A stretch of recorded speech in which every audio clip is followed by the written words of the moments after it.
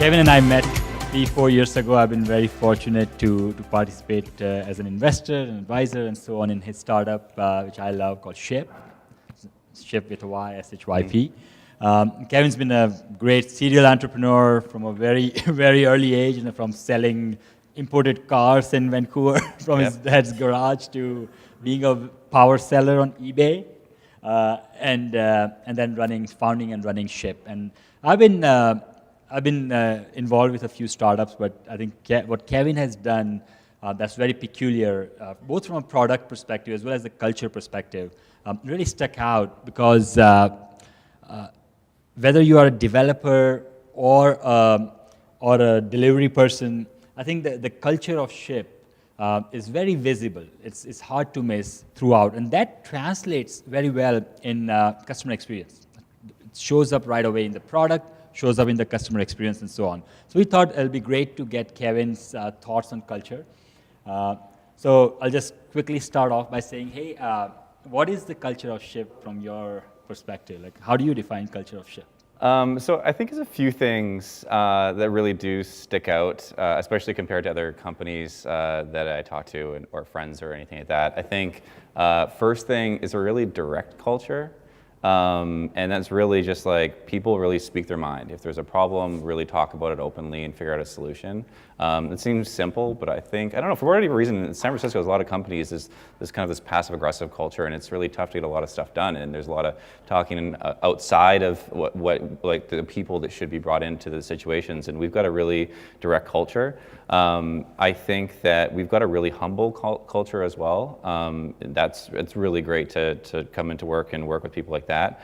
And I think the last thing is really we're a customer-obsessed culture, and that's from the very early days. Whether that's the product experience, our product is pretty unique because we have a digital product. We come to your door. We package your items. There's a ton of different touch points, but I think along the way, what's really enabled us to be early successful is really just obsessing about the actual customer from every step. You would have loved my talk. Yeah. Yeah. So directness, humility, and customer obsession. Yes. So how did you come up with those three attributes? I think from when you first start a company, I think if you try to create the culture with like certain attributes, I don't think that's the right way, and that's definitely not what happened. I think that it really forms around the early people. So the founders, the really early team. I think that's the biggest thing that really does drive culture. I think when you get to a certain scale, I wouldn't even consider us there yet. There's a lot of things that you do to really influence it more directly. But right now, it's just kind of it's formed itself around just kind of leading by example, just getting people that have those common traits. I think humility is a big one. That's something that I haven't really, that's one of the things when we hire people that I just won't compromise on, no matter how talented people are.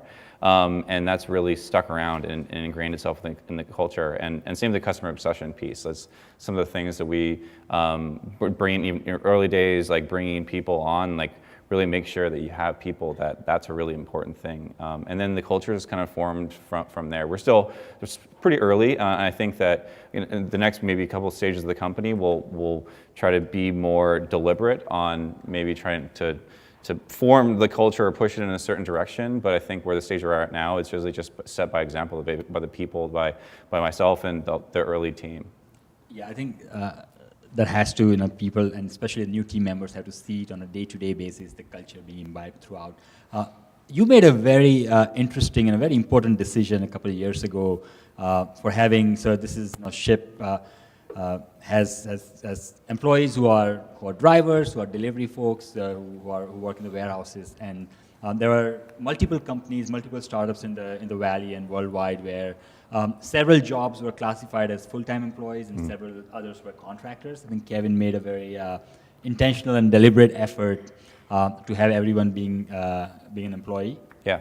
What went behind that decision from a culture and product perspective? Well, I think again, like it kind of comes down to like even the customer obsession piece. Even from an early day, we not only looked at the customers that are paying us money as our actual customers, but also our drivers, the people that do all the hard work in the warehouse, and making sure that we do right by them and are obsessed about their experience, whether that's being an employee of the company or some of the technology, the products we do create for them.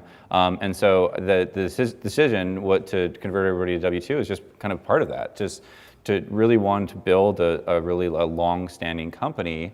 And of course you can build it on contractors, I think, but was able to like that felt like the right thing to do. Also talking to the people, they wanted to be more part of the company, and then just make it as part of a business decision. Are you able to get, like for us, we're a little different than maybe like an Uber or Lyft. It's more transactional in nature, or like an actual delivery company.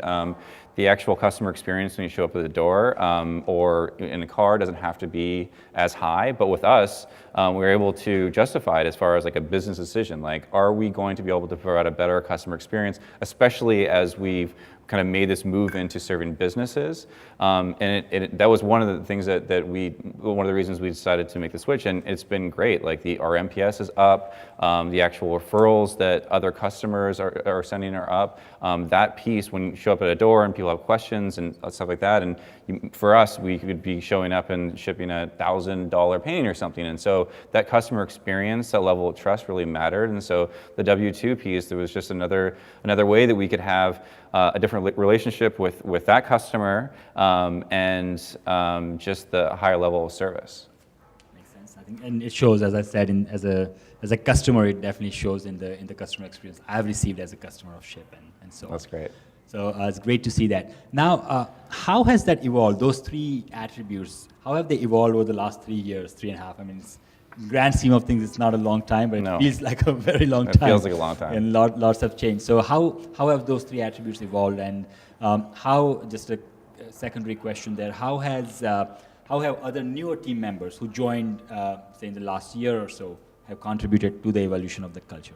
I think that those three things have evolved more naturally. I think more recently we've been a little bit more deliberate on just kind of talking openly about those things. Early days they just kind of were there, and that was just really focused on building the product, and now we do talk more about that and the actual the mission of the company and all of those things. We haven't got to a point where we're trying to be as deliberate as to really focus on moving one of those or trying to enforce maybe a new cultural value or something like that. We're at the early stages of that as far as like the processes that we have and everything like that. But I think it's something, like, honestly, this is not something that we focus a ton of time on. We're still early stages, but I think that as we get to the next few stages, we'll put a lot more time in all those places. And then I'm sure subconsciously when you interview your next PM, yes.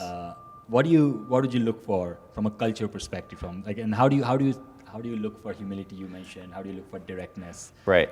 And so just in Amazon, in my teams, we have similar values. We have leadership principles called customer obsession, and there's a certain set of exercises or questions that we tend to ask to evaluate a candidate for customer obsession or earns trust or think big.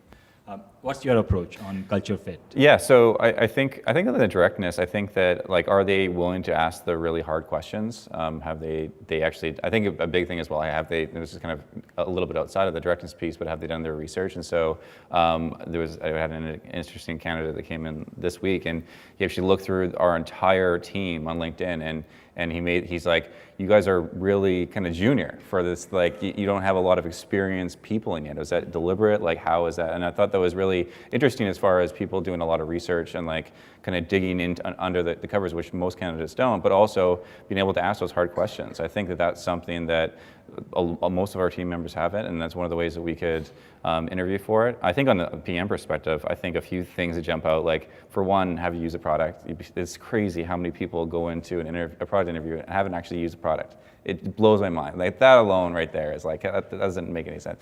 But do they have like, are they really, are they putting themselves into the customer's shoes, right? Like, are they using the product as far as like them actually shipping something, or like, especially for us now, we're really focusing on businesses, like can they put themselves in the shoes of a business? Are they asking those questions about the product? Are they really obsessed of the small details? I think those are things that we definitely go deeper on from a product perspective. Makes sense. And then I know you guys are known for shipping very fast, shipping things fast, and no pun intended, shipping products very fast as well. You guys iterate very heavily and so on. So how does customer obsession play a role as a culture across both engineering, product, and operations? Operations being a very very key component in terms of the team structure. Yeah, I think it really it's built into almost at every different level, and I think that the customer obsession piece can fight with like maybe the speed in which you're able to deliver those things, and so it is a lot of like debate as far as like we want this, the customer's really asking for this, and this, but that's going to take an extra whatever. Like okay, let's break it down into different versions, get this version out first, and then iterate on that. I think, but it was really interesting. Like I think when you have that built in from the very founding of a company, that people are just really obsessed. Even the people that aren't naturally like that, it just kind of rubs off on them, and they really are always talking about the customer. It's really interesting that we have a lot of operations people that like they weren't like that before, but the culture is really kind of rubbed off on them, and now you see like, no, this wouldn't be the best thing for the customer, and they're really fighting back for that. I think it's really interesting to see, but you can't like you can't strive for like. Of course, we'd all love to be perfect, right? And I think that's not, you just won't ship any products. And so there has to be definitely a balance to be able to get something into the hands of your customers, to even just get feedback on and then iterate from there. If you guys have any questions, please let me know. I have one more question. The question would be, if you were to, in addition to these three, what was the fourth one that hasn't quite made the cut in terms of your cultural traits? So simplicity, directness, and humility, directness, and customer obsession. Was there a fourth trait or one that you see evolving? I don't know. Let me think about this. Not anything that comes to mind. I think that actually our culture is a caring culture. I think especially for the people that work there, everybody really cares a lot personally about everybody else, and I think that is for one, it's really great to come into a workplace like that, and everybody kind of watches out for each other, and I think that's been a great thing to see. Yeah, it's very important. Yeah. Thank you. Any questions for Kevin? Yeah, one. All right. Yeah, go ahead, Peter. You're an immigrant. I am Canadian. Yeah. So is Peter. I'm staying here. How have you found culture as it affects regionality, having worked in different places?